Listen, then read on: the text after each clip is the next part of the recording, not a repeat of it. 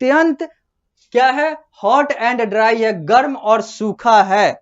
आगे लिखा हुआ है there is hardly any rainfall, कभी कभार अगर रेनफॉल यानी कि बारिश हो गई तो हो गई, लेकिन वो भी नाम मात्र का, न के बराबर होता है। यहाँ पे बारिश नाम मात्र की या फिर न के बराबर होती है। ड्यूरिंग ओकेजनल हेवी रेन, कभी कभी जब ओकेजनली, कभी कभी जब हेवी रेन हो जाता है, बहुत बारिश हो जाता है, wide gullies like wadis get filled up with water, वहां पे जो अलग अलग जो जगह हैं, जो खाली जगह हैं, वो पानी से भर जाता है। गली वली जो है, जो सऊदी अरब का जो गली, चौड़े चौड़े गली हैं, वो सब पानी से भर जाते हैं। Due to extreme heat the water quickly evaporate, चूंकि वहां पर गर्मी बहुत है, चूंकि हम लोग पहले ही देखे हैं, पहले वाले लाइन में ही देखे हैं कि हॉट एंड ड्राई नेशन है, तो चूंकि वहां पर गर्मी बहुत है, तो बारिश होने के बाद वो जल्द ही बारिश का पानी जो है वो इवेपोरेट कर जाता है, मतलब वो उड़ जाता है, वो हवा में चला जाता है, चूंकि गर्मी बहुत ज्यादा है।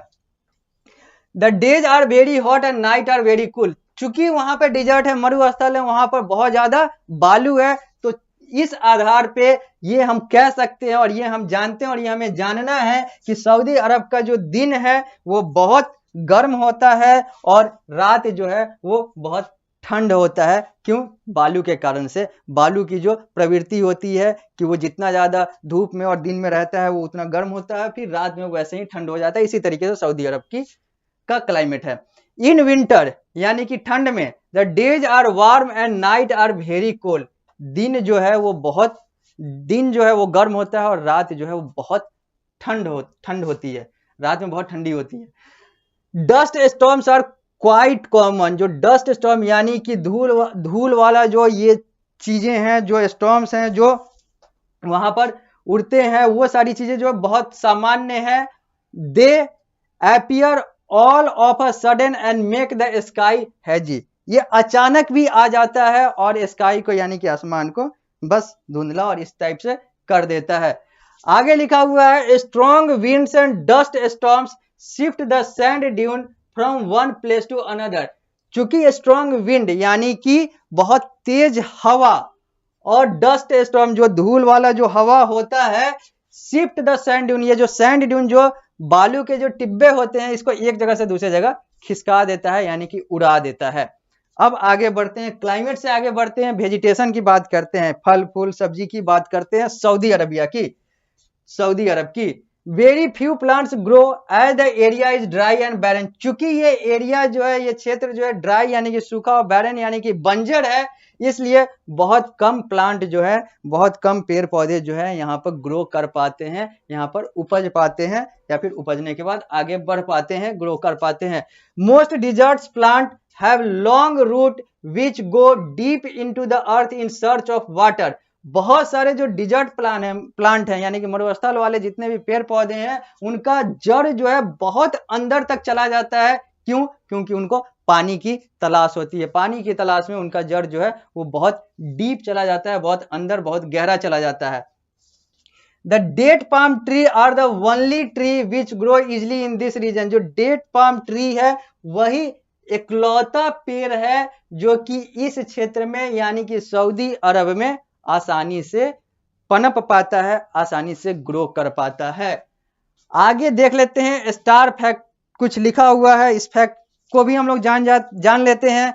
When it rains cactus swells up because it absorbs water and then shrink as it uses water, जब बारिश होता है तो कैक्टस का जो पेड़ है वो फूल जाता है या फिर वो आगे बढ़ जाता है, वो क्योंकि वो वाटर को यानी कि पानी को एब्जॉर्ब करता है, अपने साथ सम्मिलित कर लेता है, and then shrink as it uses water, जैसे जैसे पानी खत्म होता जाता है वो फिर आपस में श्रिंक कर जाता है, सिकुड़ जाता है। Abha is the hill station of Saudi Arabia, ABHA, Abha जो है ये सऊदी अरब का हिल स्टेशन है। अगर आपसे कोई पूछ दे कि सऊदी अरब का हिल स्टेशन का नाम क्या है, या फिर अगर आप सऊदी अरब जाएंगे तो कौन से हिल स्टेशन पे आप जा सकते हैं, तो उसका नाम है आभा। आभा ABHA, आभा जो है ये एक हिल स्टेशन है जो कि सऊदी अरब देश में है, मुस्लिम देश सऊदी अरब में है, जहां की आबादी जो है वो मुस्लिम बहुल है।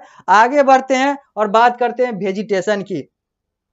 तो यहाँ पर देखते हैं कि desert animal can live with very little water. जितने भी मरुस्थल वाले जानवर हैं वो बहुत कम पानी में सरवाइव कर जाते हैं, जीवित रह जाते हैं, क्योंकि मरुस्थल वाले हैं तो मरुस्थल का जो कल्चर है उसको तो वो फॉलो करेंगे, तभी तो मरुस्थल वाले हैं।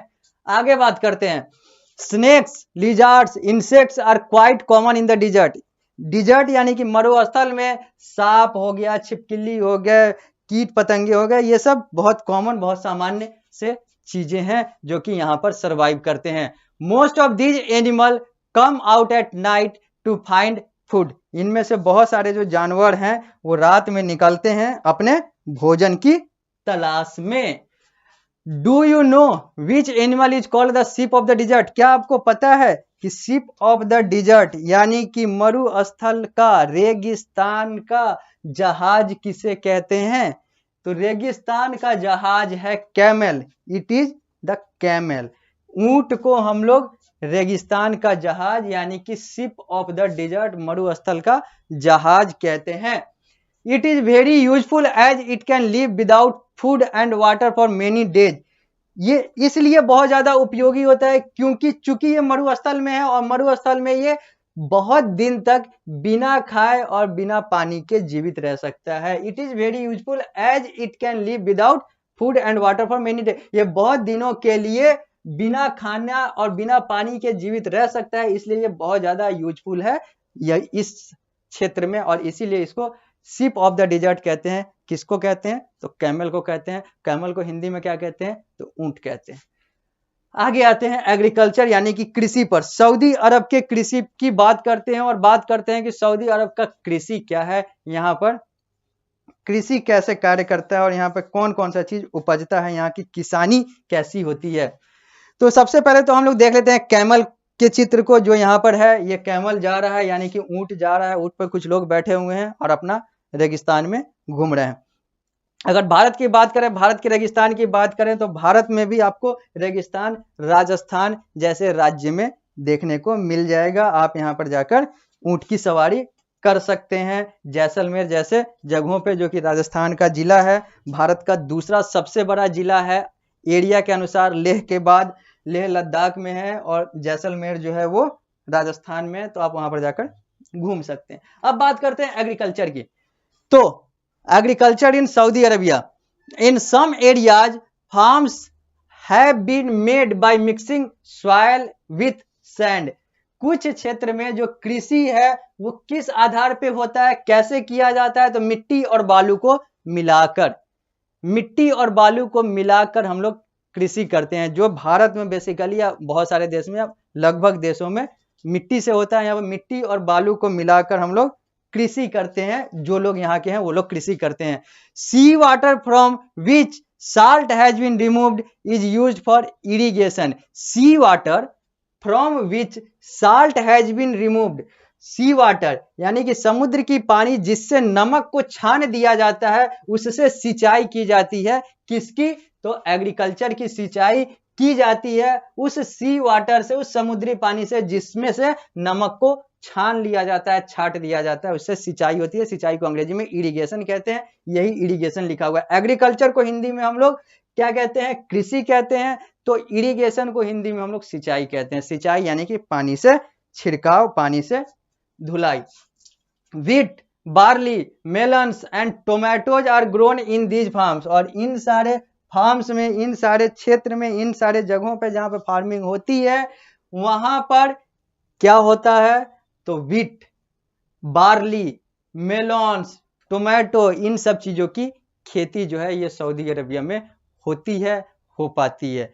व्हीट का मतलब होता है गेहूं, बार्ली हो गया, मेलोन हो गया, टोमेटो टमाटर हो गया, ये सारी चीजें जो है वो होता है। आगे, cactus are the most common plant. Cactus जो है इस क्षेत्र का सबसे सामान्य जो है वो पेड़ है, जो देखने को आपको मिल जाएगा।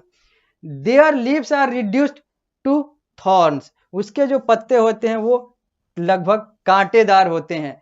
Date palm trees and grass grow in an oasis.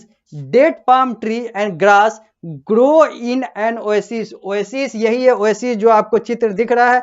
इस चित्र में आपको डेट पाम